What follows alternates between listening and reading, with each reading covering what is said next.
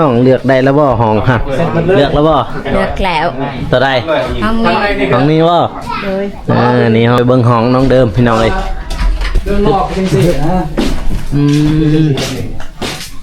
มาเบิ่งนี้จะแคบกว่าได้แล้วบ่คันใดตอนแรงนี่แล้วบ่แม่นอ๋อ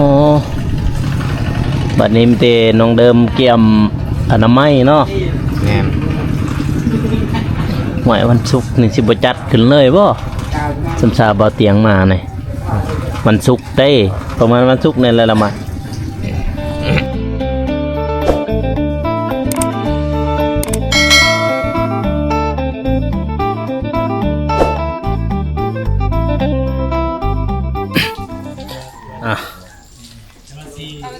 กับสบายดีเด้อพ่อแม่พี่น้องเนาะบ่ว่าสิอยู่ภายใน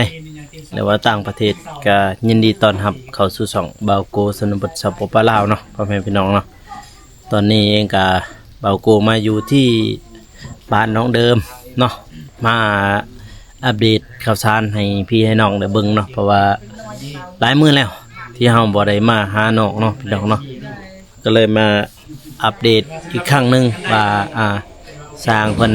ทำบ้านเฮาใช้แล้วเนาะก็มื้อวานนี้ทีมงานเฮาก็เข้ามาอยู่มีบ่าวอนุเราเข้ามาอยู่กับบ่าวจิบเนาะเมื่อวานเขาเจ้าเข้ามาแล้วมื้อเช้านี้คือได้เห็นเราก็เข้ามาคือกันเนาะได้ซื้ออุปกรณ์ให้สร้างเนาะพี่น้องเนาะก็ซื้ออุปกรณ์ให้สร้างเพราะว่าสร้างก็ทำบ้านต่อเนาะเพื่อให้สำเร็จเนาะพี่น้องเนาะตอนนี้ก็ด้านล่างก็เป็นบ้านของน้องเดิมเนาะแต่ว่าน้องเดิมรู้ว่าเพิ่นอยู่บ่หรือว่าเพิ่นไปหาพักอีกส่วนหลายเพิ่นจะไปหาพักหาแนวอยู่แนวกินพี่น้องเอ้ยตามห้วยตามห้องเนาะวิธีบ้านเพิ่นพี่น้องเอ้ยต่อไปเดี๋ยวเฮาเข้าไปทักทายสร้างกันเลยพี่น้องเอ้ยตัวเฮือนเราทางนี้ก็งามอันตื้นเลยพี่น้องเอ้ยพี่เห็นบ่พาตัวมีประตูปองเยี่ยม6บองเนาะตัวนี่แปลว่าทางลุ่มนี่ก็โอเคพี่น้องเอ้ยทางลุ่มนี่ก็ผ่านเนาะแล้วเบื้องถึงก็ผ่านคือกันแบบงามๆเลยสร้างพเน็ตเนาะตัวเดี๋ยวสิพาทุกคนเลาะอ้อมหอบเพื่อนน้องเดิมเนาะพี่น้องเนาะเพื่อนเก่าเพิ่นนี่ตัวนี่เห็นบ่มองเก่าผักนางอาหาเราเขียวอลัมพี่น้องเอ้ยเห็นบ่เขียวเลยเพราะว่าหลังจากที่เฮาถ่ายมื้อนั้นน้องพี่น้องเนาะฝนตกมื้อวานนี่ก็ฝนตกพี่น้องเอ้ยฝนตกเบิดมือเลยฝนตกตั้งแต่เช้าเลยมื้อวานนี่เนาะนี่เพิ่นก็ใส่ลูกติงเรียบร้อยเลยพี่น้องเอ้ยนี่มันจักเส้นมัน5เส้นคุณเวลานำคนมามันสิเจือนเพิ่นใส่ลูกติงเรียบร้อยเลยมาตัวได้เรียบร้อยเดี๋ยวถ้าสิง่ายๆก็คือได้แล้วได้แล้วประมาณ95%พี่น้องเอ้ย95%เนาะเพราะว่าที่เลือกก็มีแต่ว่าอันนี้ที่เลือกก็มีแต่คันใดอย่างคันใดก็แฮบาทนี่พี่น้องเอ้ยเพราะว่าลูกติ่งเพิ่นก็ใส่เรียบร้อยแล้วพี่น้องเอ้ยนี่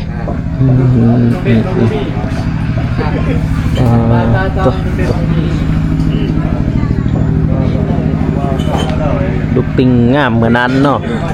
เฮ็ดมื้อได้ลูกติ่งนี่เมื่อวานนี่บ่เฮ็ดมื้อวานนี่ลูกติ่งแล้วเนาะบัดนี้ต่อคันได้บัดนี้คันได้3แก้วยังสุดท้ายบ่คันได้นี่เริ่มน้องเด่นเนาะเริ่มน้องเด่นไปย่าน้องเด่นอายุบ่ทันฮอดก็ต้องกินน้องเด่นอายุบ่ทันฮอดน้องเด่น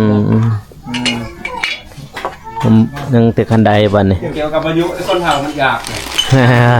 อายุบ่ทันฮอดอายุบ่ทันเสียนมาเพื่อนยังประเทศได้อายุบ่ทันฮอดคือกันมันไปสร้างได้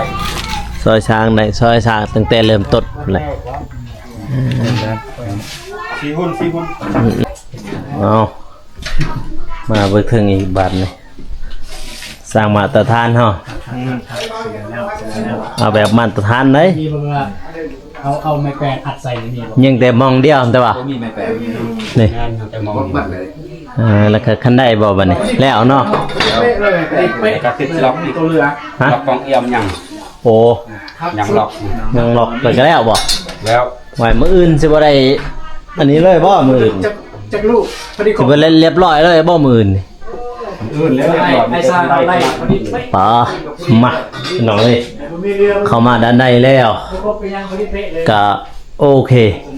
นี่ยังมีล็อกตัวนี้ยังไม่ทันแล้วเลยเนาะทางเบื้องในของห้องน้องเดิมพี่น้องเลยเบื้องนี้เนาะถูกการเลยตอกแต่ว่าห้องเยี่ยมเรียบร้อยเบิดแล้วพี่น้องเลยมาตรฐานมีแต่เบื้องเทิงบ่มีเอาไว้ได้ใส่นี่พี่เบิ่งทางนี้เอาว้าถูกออมหอบด้านข้างพี่น้องเอ้ยนี่งามบ้านน้องเดิมงามแห้งถูกมาอยู่ด้านทั้งห้องน้องเดิมเลยได้นี่นี่พี่น้องเอ้ยนี่ก็เป็นห้องเนาะ ใช้เสือกอยู่ไหนจะหมักตัวนี้จะเอาเสือกมาบอกเสือกนั้นยันเสือกนี้นะเสือก อย่างขั้นตอนสุดท้าย มันบกขาดบอกนะเอาเสือกงอน มัดประตูบ่ ใช่ดิ ทางคุณตัวนี้ นี่คือห้องน้องเดิมพี่น้องเอ้ยนี่นะห้องน้องเดิมว้าว สบายดี ยังปลุกยังห้องเนี่ยพี่น้องเอ้ยนี่แหละห้องน้องเดิมพี่น้องเนาะ กันเมื่อยเนี่ย เข้าใจ เด้อประเดี๋ยวร้อย นี่ก็ห้องน้องดินนี่ เมื่อยป่ะเอาเมื่อยเนี่ย ห้องน้องดินก็คือว่าอยาก กินข้าวก่อน ไซส์เนี่ยพี่น้องเอ้ยจะกว้างน่าจะซ้ำกันอยู่หรอกพี่น้อง อันนี้มันหอดให้กินเอ็มร้อยเนี่ย น่าจะซ้ำกันอยู่บางห้องเพราะเบื้องนี้ก็เขายังบ่ทันอันนี้ใส่ล็อกกอดหรือว่าล็อกประตูเนาะเขายังบ่ทันใส่ดิสู้เห็นบ่งามพี่น้องเอ้ยมาตรฐานบอกเลยว่ามาตรฐานจริงๆเนาะอึ๊บนี่ด้านในเลยนี่ ของน้องเด่น กว้างบ่ บริกรเนี่ยน้องเด่น กว้างบ่บัดนี่ ความนักความตาในเอฟซีว่าโอ้เด่นใส่หมวกมีว่าจะต่ำไหม แต่ว่ากว้างเลยห้องนี่ ยังเดือนนี้เรียบร้อยแล้วเนาะแอบ เพ เนาะ ราะว่ายังแต่มองเดียวพี่น้องเอ้ย นี่ก็สำเร็จหลักการแอบ นี่ ไม่อื่น ด้านลุ่มสบายอยู่ถึงพี่น้องเอ้ยแบบว่าสูงเนาะจังว่าสูงกว่าเอื้อเอ้ยเพิ่นอีกได้หั่นเด้เบิ่งนะหั่นเด้ เดินน้องเด่นเอฟซีคุณเมนบอกว่า สูงกว่าอันอีก หาผ้าแล้วก็จุ่มน้ำเซ็ตตัวสีขาวเนี่ยเซ็ตออกปุ๊บเนี่ยมันบอก เอาผ้าแพร่มาเสร็จเพิ่นพา เซ็ตเด้อ ผ้าแพร่มาเสร็จสบายดีกองนะน้องเด่นน้องเดิม สบายดีไอโก หาผ้า สบายดีพญายใจบุญทุกทานสบายดีเอฟซีของไทยของเราว เซ็ต ประเทศสบายดีเบิดชุมนุมทุกคนเด้อสบายดี วันนี้น้องเลือกได้แล้วบ่ห้องฮะเลือกแล้วบ่ เลือกแล้ว ตัวใด ห้องนี้ ห้องนี้บ่ โดย นี่ห้องน้องไปย่างเขาไปเบิ่งไหมเขาไปเบิ่งห้องน้องเดิมพี่น้องเอ้ย เดินรอบจริงสินะ มาเบิ่งนี้จะแคบกว่าใดมาบ่ แคบแน่ แคบแล้วเบิ่งพอดีแล้ว นี่ครับจบแล้วเห็นลายทางซ้าย วันนี้เตียงนอนทางนี้ว่าแล้วทางนี้จะเสร็จกะว่า นั่นแต่ทาซี่เนาะวันนี้เนาะ มาพวกกัน ทาซี่ มันมีช่องทางนั่นแหละพาเบิ่งนี้เบิ่งนี้นี่ จะเสร็จเตียงใช่อันเบื้องนี้นะ ทาซี่ เบื้องนี้ก็ได้เบื้องนี้ก็ได้ เบิ่งนี่นอนเบิ่งนี่ปะเสร็จเครื่องเขา ปลาเครื่องบ่ได้ยิงเว้นโอ้นี่บ่ได้แต่งหน้าวันนี้นี่พอดีใส่ดอกไฟอันหนึงแล้วก็ปลั๊กไฟเฮ็ดห้องพอดีบ่ได้แต่งหน้าแต่งกาย เครื่องเนาะวันนี้มาเบิ่งนี้แต่ว่าเบิ่งนี้อย่าแคบกว่าเบิ่งนี้นี่พอเบิ่งนั้นกว้างเลย ก็จะให้น้องชายโกน ว่าพอดีแล้วจะอยู่เบิ่งนี่มันอยู่กับเฮือนเด้เฮือนครัวพอเฮือนครัวอยู่หั่นเด้พอดีอยู่กับเฮือนครัวเลย เวลาพวกนึงเข้าก็ได้ยินไปเบิ่งน้องของน้องเดินไป สำเม็ดข้าวสารนี่แหละสำนักว่าสำเม็ดข้าวโพด คุณนึงรถน่าเจ้าแทกเจ้าตักพอดีเลยปั๊มคุณนึง เบิ่งนี่กวาง กูว่าอย่าว่าเบิ่งนี่กว้างเพราะว่าเขาแอมอยู่นี่เด้นี่ถ้าเขาแอมอยู่เครื่องกลางนี่สำคัญนี่ก็บ่เป็นหยังเพราะมาตรฐานอยู่เบิ่งนี่เห็นบ่กว้างบ่กว้างกว่านิดนึงก็บ่หลายดอกประมาณ เอาเลยสบาย 10เซนนะฮะเซนนั่นแหละกว้างอ๋อนี่เบิ่งนี่ห้องน้องเด่นนี่ยังกะล็อกแล้วบ่เนาะบัดนี้เนาะดีใจบ่บัดนี้ ดีใจ หายเบิ่งตอนนั้นมันมือมันจะมืออยู่ได้นี่ว้าวปัดนี่ ฟังล่ะ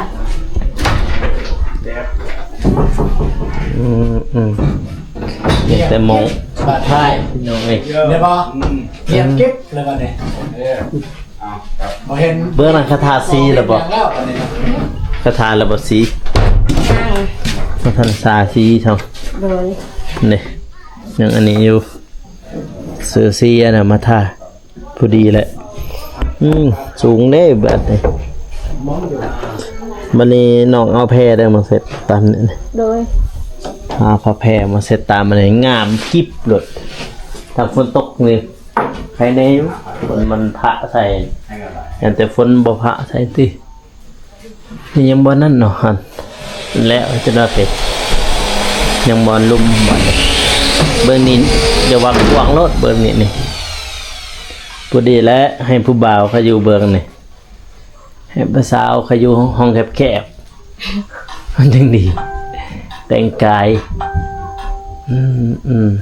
นี่แหละห้องน้องเด่นเนี่ยนี่เดินเอามากับเบาตูนน้องไงมากับเบาตูนมันบอกเจ็บมาแล้วบ่ทางนี้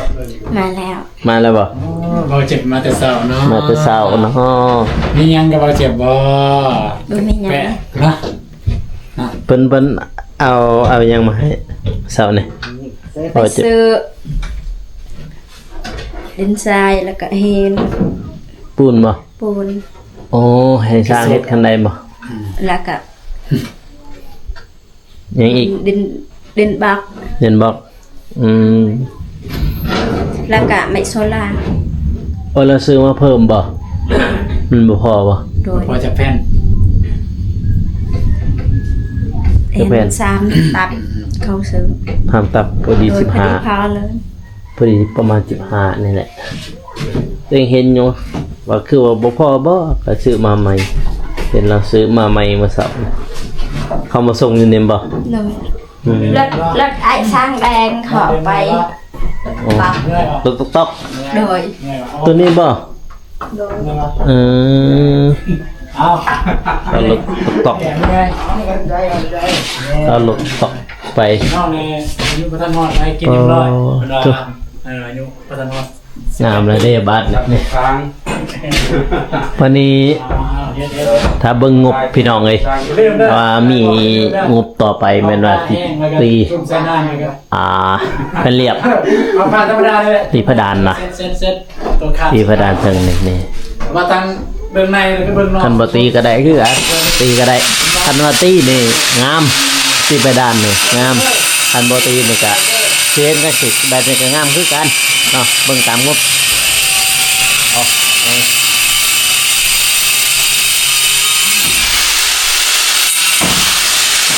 ไม่จริงโอ้มาบอลสุดท้ายเลยนี่ บอลแล้ว บอลแล้วเนาะบอลแล้วแล้วบอลนี่ บอลโจ บอลจบบอลงามนี่ครับว่า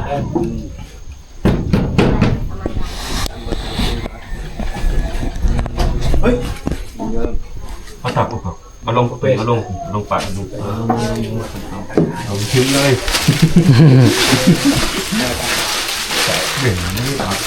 จักแพนก็ซื้อไม้สลามาเสาเนี่ยฮะสีตับ ที่บ่ตามท่าน ทางเนาะ 3ป้าตกสร้างไม้สร้างมาตรฐานเฮา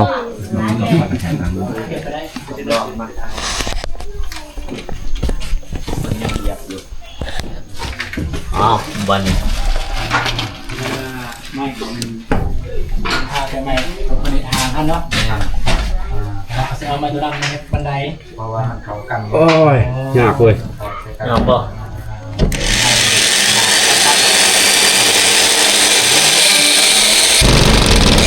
ยังแต่แล้วพวก อย่าโซ่เลย คุณมาสร้างขาบสีขาวอย่างที่บอกนั่นเองเล่นเสร็จเราเสร็จสำเร็จเลย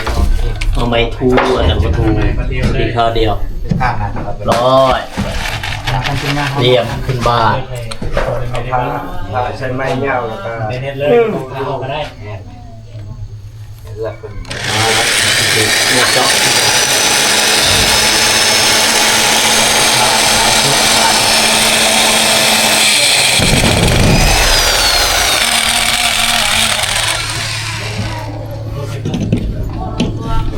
ปวดแขนเนาะ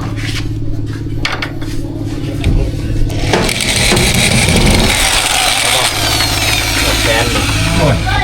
นี่ก็บรรยายเลยกันน้องเดิมพี่น้องงามแห้งเลย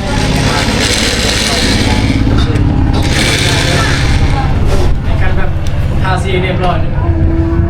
เนาะครับสุด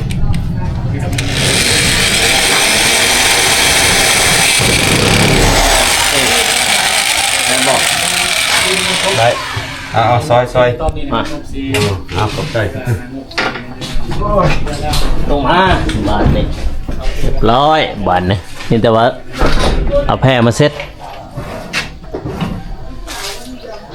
เรียบร้อยเลยบานนี่บานละจึงมือนี่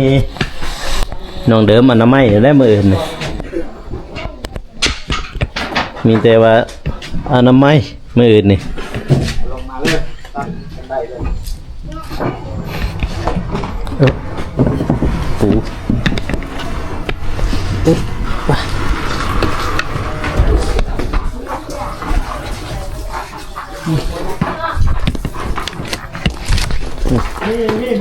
บันไดขึ้นนี่บ้านเราเฮ็ดคันใดบอนสุดท้ายท้ายสุดบอลนี่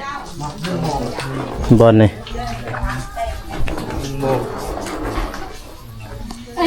บอลสุดท้ายแล้วเนาะบอลนี่เนาะบอลนี่บอลที่แล้วแหละก็คือคันใดบางคนนี่เฮ็ดคันใดก่อนได้จึงเฮ็ดลูกติ่ง พอได้ขึ้นสบายเด้อ่า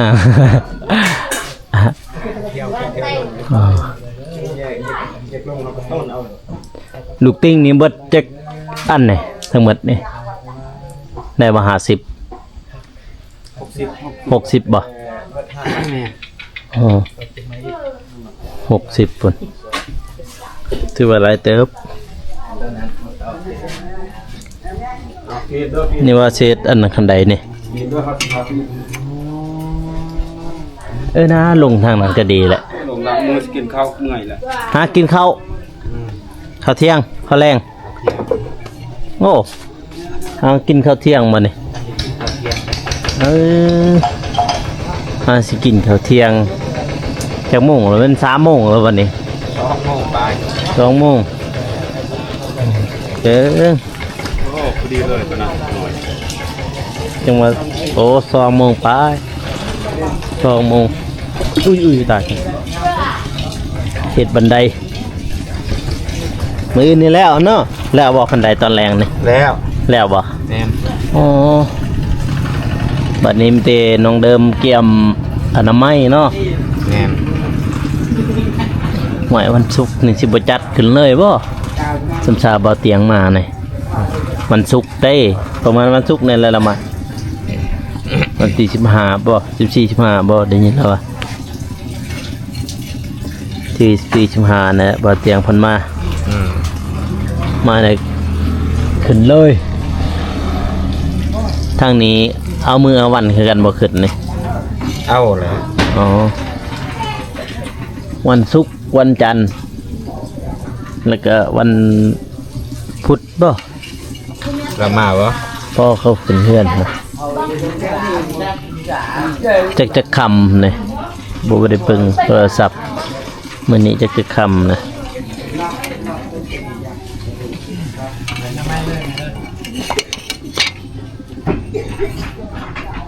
แขกตัดเห็นบันได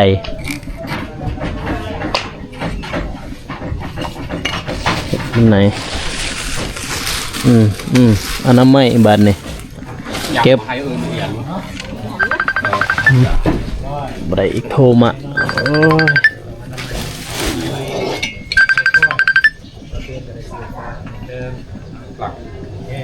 ยขาเวียกขางานจ้าพึ่งโทร สบายดีเด้อสบายดีไอ้ซ้ำเด้อสบายดีเด้อโลโก้สบายดีแน่สบายดีก่อนนะ สบายดี เด้อมากับโลโก้คือเก่าน้องกับคลิปนี้ครับกับโลโก้คือเก่า ยังอยู่มองเก้านี่ละจ้า เด้อเจ้า จักเม็ดนี่สร้างนะจักเม็ดนี่ เรื่องซ้ำนี่ก็ นี่เห็น มา กวักไข่กวัก เม็ดนึง เงาเด้เงามันนี่ เงาเม็ดเศร้า เห็นเศร้า แม่น สร้างคนตัด พอดีแล้วเนาะสำนีนี่ เอาปล่อยปัดเอาปล่อยแก้มปัดบ่ได้เด้อ เป็นตามงบเนาะ ตามงบบ่ งบเพิ่นว่าซำนั้น ปล่อยไม่ครับ อ๋อ เฮ็ดใหญ่ก็งบจะว่างบบ่มีอีกคือบ่เจ็บ ประมาณนี้ โดย ถ้าว่ามีก็เฮ็ดไปเรื่อยๆอีก คันว่างบหลายก็เฮ็ดใหญ่เนาะ แม่น โอ้ย โอเค เฮ็ดตามงบเฮามีพี่น้องเอ้ยเฮ็ดเม็ดเช้าว่าจะว่า แม่น ความยาวนะแม่นแล้วความยาว เม็ดเศร้าก ว้างเลย กว้างเม็ดนึง อ๋อยาวเม็ดเช้ากว้างเม็ดนึงปีละเฮ็ดบันไดขึ้นมีทางนี่เฮือนใหม่นี่แมลงนี่โอเคแล้วแมลงนี่อ๋อตัวน อนเลยก็ได้ ขึ้นไปนอนเลยแล้วแมลงนี่นอนเอาโศกเอาไส้นอนฝันเอาโศกเอาไส้วันนี้วันอังคารเด้ก็คือก็เอาอนามัยอยู่ถึงอีกอนามัยเบื้องอนามัยก็ระดับมือหนึ่งคนได้สัญชาอนามัยแล้วเบื้องถึงก็ครบเพิ่นแล้วที่เบื้องถึงยังแต่คันใดแล้วเนาะ ครบหมดเลยยังแต่กระไดอย่างเดียว ยังแต่คันใดคันสุดท้ายแล้วคันใดนี่มาเหมือนกับอาตูนคือเก่าพี่น้องเอ้ยโตสบายดีไอ้น้อยสบายดี สวัสดี ได้ปลาบ่ เลย สร้างมาพูดก็ได้ ปลาซิว ไปใช้มองภาษี ใช้หมองปลาซิว เลยไม่นึก ก็พอได้อยู่เนาะ เลย ใส่มือใดนี่ใส่มือใดใส่มือว่านเนี่ยบ่ บ้าบุญนึง มึงนึงนี่ เลย โอ้ ใช้เยอะเท่า ก็พอได้กินอยู่เด้ พลังงานในโต๊ะ ใส่หมองปลาซิว เลย เอาขี้ขึ้นบ่อในคมนะ ขี้มันออกเราไปหากินพี่น้องไอ้หาอยู่หากินตามห้วย เอาซาชัน บิขี้มันออกทันบ่บิมันคม จะบ่มักขมเนาะเราบ่มักขมมาบาดนี่พี่น้องเอ้ยเราก็หาอยู่หากินตามหัวตำห้องตามวิธีบ้านเพิ่นเนาะพี่น้องเนาะเพิ่นก็หาอยู่หากินตัวพี่ลงมาบัดนี้พักพรกินข้าว ยังในสัวไก่สัวไก่เจ้าเชื่อมแล้วสามคน ได้ยังกินละบัดนี้ได้ยังกินอ๋อนี่บ่ฮู้กิน ในสางเขากินข้าวพอดีเลย กินข้าวเที่ยงข้าวเที่ยงกับพูด2 โมงหมดเลยอาหารเที่ยงเพิ่น พอดีแซ่บกันสิ บ่ายโมง 2 โมงพอดีแซ่บ จังได๋เขาว่ากินข้าวบ่ตรงเวลาจังได๋เจ็บกระเพาะอีกบ่กินข้าวบ่ตรงเวลาได้สวะไก่มากินพี่น้องแจ่วไข่ได้บ่มีบ่เนาะไข่เบิดแล้วบ่ เบิด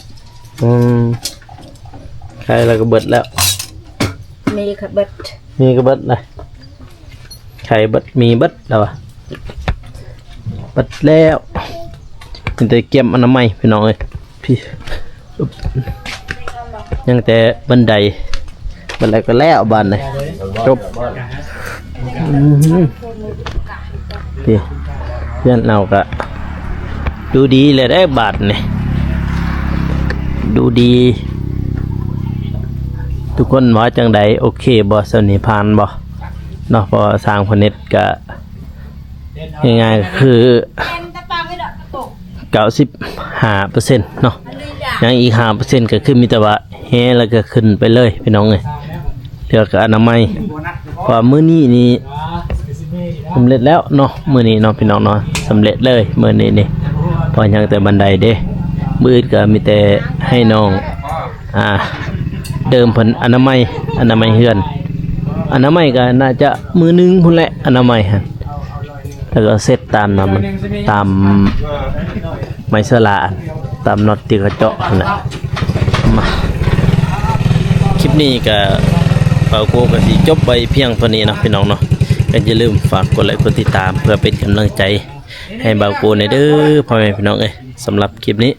ก็กล่าวเข้ามาสบายดีพี่น้องแล้วเจอกัน EP หน้าเนาะบ๊ายบาย